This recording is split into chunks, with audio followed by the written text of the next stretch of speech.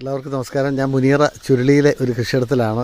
Pradeep sir ജാതി കൃഷിയിൽ നന്നായി ശ്രദ്ധിക്കുന്ന ഒരാളാണ്. സാറ് ഇത് ഏതിനും ജാതിയാണ്? ഇത് കവളക്കാട് മുട്ടത്തിൽ നിന്ന് കൊണ്ടതാണ്. അത് ശരി. ഇതിൻ്റെ ബഡ് ഇത് എനിക്ക് വേറെ ഓർമ്മയും കൂടെയുണ്ട്. ഇത് എനിക്കുള്ള അച്ഛൻ ലാസ്റ്റായിട്ട് നട്ടു തന്ന ജാതിയാണ്. ഓ ശരി. ഒരു 20 വർഷമായി. ബഡ് ചെയ്തിട്ട് എത്ര നാളായി? ബഡ് ചെയ്തിട്ട് 20 വർഷമായി. 20 വർഷമായി. 20 വർഷം മുമ്പ് നട്ടായി. അത് ശരി. അപ്പോൾ ഇതിൻ്റെ ഒരു പ്രത്യേകത എന്ന് പറഞ്ഞാൽ നിറച്ച് കായ ഉണ്ടാകുന്നുണ്ട്. ആ കൊല കുത്തി ഉണ്ടാകുന്നുണ്ട്. അത്രയും അത്യാവശ്യം കട്ടിയുണ്ട്. കായും വലുപ്പമുണ്ട്. ഓ, കായ്ക്ക് ന്യായമായ വലുപ്പമുണ്ട്. പത്രി വരുമ്പോൾ നല്ലപോലെ മൂടിയാ നിൽക്കുന്നല്ലേ? അതെ അതെ, മൂടിയാണ്.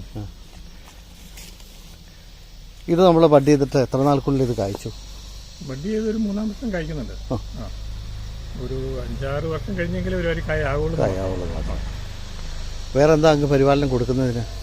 ഞാൻ പ്രത്യേകിച്ച് ഒന്നുമില്ല. ചാണകപ്പൊടി ഇടും, വേപ്പുമണ്ണാക്കും, അത്രേ ഉള്ളൂ. രാസവളത്തിന്റെ ഇടപാടില്ല. രാസവളം ഇട്ട് കഴിഞ്ഞാൽ ഭൂമി വേനൊക്കെ ഒരുപാട് ഡ്രൈ ആയി ഒരുപാട് പ്രശ്നങ്ങൾ വരുന്നുണ്ട്. അതിന് വേര് ഡാമേജ് അങ്ങനെ പലതുണ്ട്.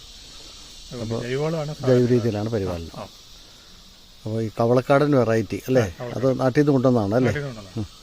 എന്നിട്ട് ഇവിടെ കൊണ്ടുവന്ന് ബഡ് ചെയ്തു. അത് ശരി. ബഡിങ് അറിയാമോ അങ്ങേക്ക്? എനിക്കറിയത്തില്ല, എന്നാലും ഞാൻ ശ്രമിച്ചു നോക്കിക്കൊണ്ടിരിക്കുക പഠിക്കാൻ. അല്ല, മാത്രമല്ല അങ്ങ് കേരള കാർഷിക സർവകലാശാലയുടെ പാമ്പാടുംപാറ അല്ലേ ഏലം ഗവേഷക ജോലി ചെയ്തിരുന്ന ആളാണ്. എന്തായാലും കൃഷിയോട് വലിയൊരു താല്പര്യം അങ്ങേക്കുണ്ട്. എനിക്ക് ജാതി കൃഷിയോട് വലിയ താല്പര്യമുണ്ട്. വേറെ ഒരു കൃഷി ഞാനങ്ങനെ കാര്യമായി ശ്രദ്ധിക്കാറുമില്ല. ഇതാകുമ്പം കുറച്ച് പ്രയത്നം, കൂടുതൽ ആദായം, അതാണ് ഉദ്ദേശിക്കുന്നത്.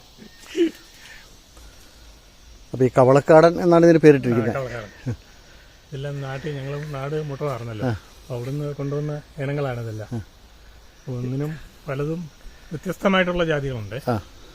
കായുടെ കാര്യത്തിലാണേലും കാര്യത്തിലാണെങ്കിൽ പോലും ചിലപ്പോൾ ചിലതിലൊക്കെ വ്യത്യാസമായി വരുന്നുണ്ട് അല്ലേ?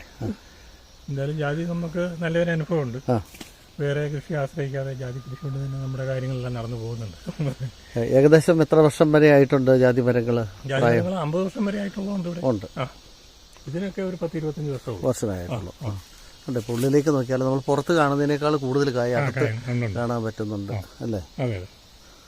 അപ്പോൾ ഇത് ഇപ്പോഴും പുതുതായിട്ട് ബഡ് ചെയ്യാറുണ്ടോ? ഉണ്ട്. ഞാൻ ഈ ഓരോ വർഷവും റബ്ബർ ഉണ്ടായിരുന്നു. എനിക്കൊരു 150 റബ്ബർ ഉണ്ടായിരുന്നു. അത് വിട്ടിട്ട് പുതിയതായിട്ട് ജാതി വെച്ചിരിക്കുക. എന്തോരം അകലത്തിലാണ് വെക്കേണ്ടത്? 25 അടിയെങ്കിലും വേണം.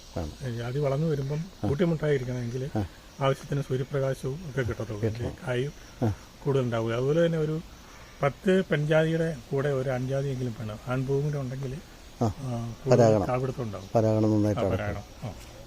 അപ്പോൾ എന്തായാലും ജാതി കൃഷി ഏറെ സ്നേഹിക്കുന്ന ഒരാളാണ് പ്രദീപ് സാറ്. അതുകൊണ്ട് തന്നെയാണ് ഇതൊരു ദീർഘകാല വിള എന്നുള്ളതിനപ്പുറത്ത് മാത്രമല്ല, നമുക്ക് കർഷകനെ ഏറ്റവും എളുപ്പത്തിൽ നമുക്ക് ആദായം എടുക്കാനും സംസ്കരിക്കാനും ഒക്കെ കഴിയുന്നുണ്ടല്ലേ? മിക്ക സമയത്തും നമുക്ക് ആദായം കിട്ടുന്നുണ്ട്. നാട്ടിലെ അപേക്ഷിച്ച് ഇവിടെ 2-3 പ്രാവശ്യം നമുക്ക് കാഫലം കിട്ടുന്നുണ്ട്. അതൊരു പ്രത്യേകതയാണ്. അത് ഇവിടുത്തെ കാലാവസ്ഥ മാറി വരുന്ന കാലാവസ്ഥ വരുമ്പോൾ എന്തൊക്കെയാവുമെന്ന് പറയാൻ പറ്റില്ല. എങ്കിൽ പോലും ഇപ്പോഴത്തെ ഒരു സാഹചര്യത്തിൽ ലാഭകരമായിട്ട് തന്നെ പോകുന്നുണ്ട്. അപ്പോൾ ലോ റേഞ്ചിനേക്കാൾ കൂടുതലായിട്ട് തന്നെ ഹൈ റേഞ്ചിൽ 2-3 തവണയൊക്കെ വിളവ് കിട്ടുന്നുണ്ട് എന്നുള്ളതാണ് ഒരു പ്രത്യേകത.